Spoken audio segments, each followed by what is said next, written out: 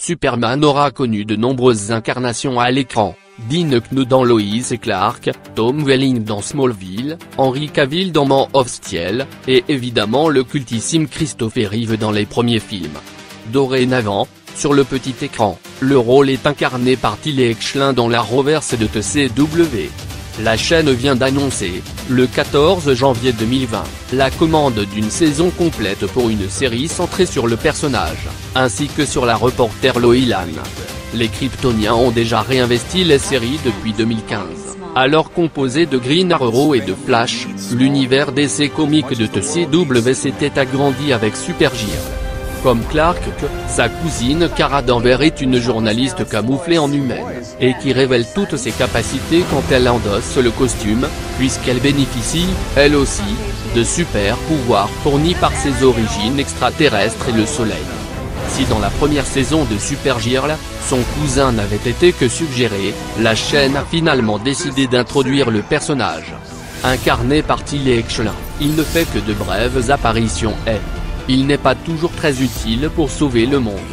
D'ailleurs, ce choix d'acteur n'avait pas convaincu tout le monde, Echelin ne semblait pas assez froid, musclé et imposant pour incarner l'homme d'acier, face à un Henry Cavill sur grand écran.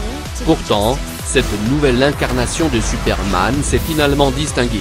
Le Clark de Tilly Echelin ne remplit pas le moindre cliché sur ce super-héros, il est très loin d'un dieu et se rapproche même d'un homme assez normal, ce qui ne l'empêche pas d'être un héros. L'effet a été le même pour Supergirl, incarnée par Melissa Benoist. Elle n'incarne pas non plus une version déifiée du personnage, mais une femme à laquelle il est possible de s'identifier réellement. Elle brise même toute image sexualisée ayant parfois été présente dans les comics.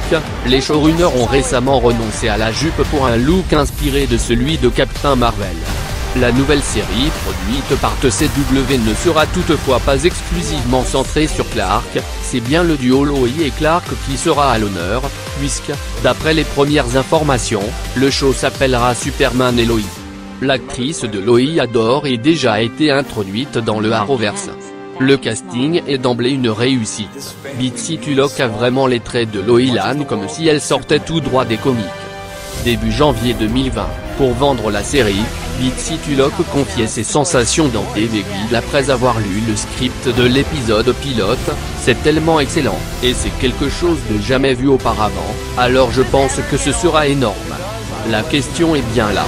Car si l'arrivée de héros et héroïnes comme le bateau Omahan apporte de la fraîcheur, avec des intrigues peu connues du grand public, on peut se demander comment apporter de l'originalité avec Superman.